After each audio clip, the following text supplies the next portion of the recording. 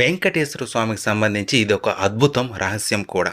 అదేంటంటే మనం దర్శనం కోసం వెళ్ళినప్పుడు స్వామిని చూసి ఏదో అడగాలని కోరికలు కోరుకోవాలని అనుకుంటాం.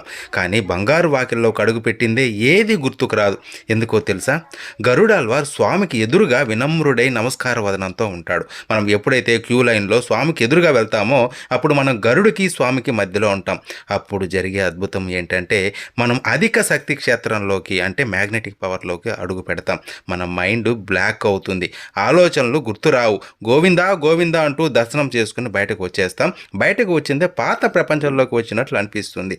మీరు ఇలా ఎప్పుడైనా ఫీల్ అయ్యారా? అయితే కామెంట్ చేయండి. కానీ జ్ఞానోదయం పొందిన సిద్ధులు, యోగులు, దేవతలు ఈ శక్తి ప్రభావానికి లోనవ్వరు. మనలాంటి సాధారణ మనుషులు ఈ ఎనర్జీ ఫీల్డ్లోకి ప్రవేశించినప్పుడు మన మెదడు బ్లాక్ అవుతుంది. ఆ సమయంలో స్వామిని చూసిన జ్ఞాపకం కూడా తొలగించబడుతుంది. అందుకే స్వామి వారి రూపం మన మనస్సులో కొద్ది సెకండ్లు మాత్రమే నిలిచి ఉంటుంది.